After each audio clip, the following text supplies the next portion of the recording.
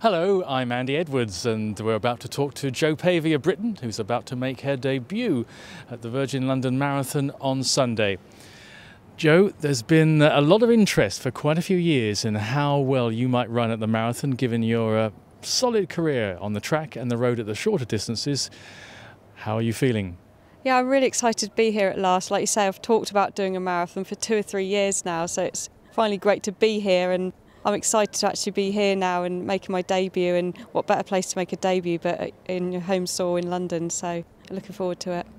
This is a venture into the unknown, 26.2 miles, very different to 10,000 metres on the track.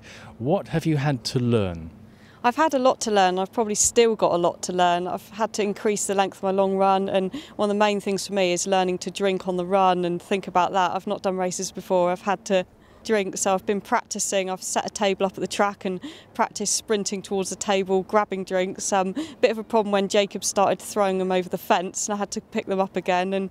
And then also Mara advised me that it's not really about grabbing the drink, it's about the fact there's lots of people in the way. So then my husband was trying to get in my way as I tried to get a drink. But I've practised lots of things and I've worked with physiologists and I've tried to work out what might be a sensible pace. But, you know, I've probably still got a lot to learn, but I'm just really thrilled to actually be out there and giving it a go. I'm excited now.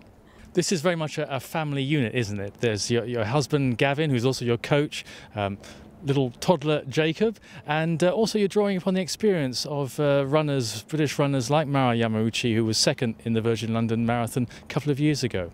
Yeah, I spoke to many people, and I've been also really grateful that London Marathon have given me a lot of support with medical expenses and things like that, and that's made a big difference to me, and it's enabled me to work with physiologists and nutritionists as well, and they've been able to advise me on how best to prepare and what sort of training zones I should be working towards and things like that. So I've been very fortunate to get a lot of help from a lot of people, and like you say, my husband Gav is very supportive and is working out my training. He's my coach still, and yeah, I've been very fortunate. I've had support from a lot of people, so I hope I can do well with all the work they've put in.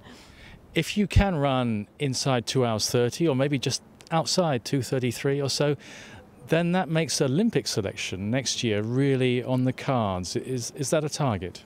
Oh, definitely. The first port of call is to try and achieve that Olympic qualifying time. At the same time, it's not easy. We've got so much talent in this country. There's many girls that are obviously well capable of the time, so it's not going to be a matter of just scraping the time. But, you know, we all want what's best for each other. It's a shame there isn't just endless amount of places, because we're all good friends and we all want what's good for each other. But we have to try and qualify. But so I'm not complacent how good a lot of the girls are, and they're much more experienced marathon runners than me. But if I could qualify and get to run the Olympic marathon, it would be a dream come true. I'd love to be able to do that.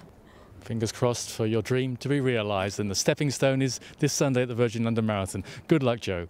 Thanks very much. Cheers.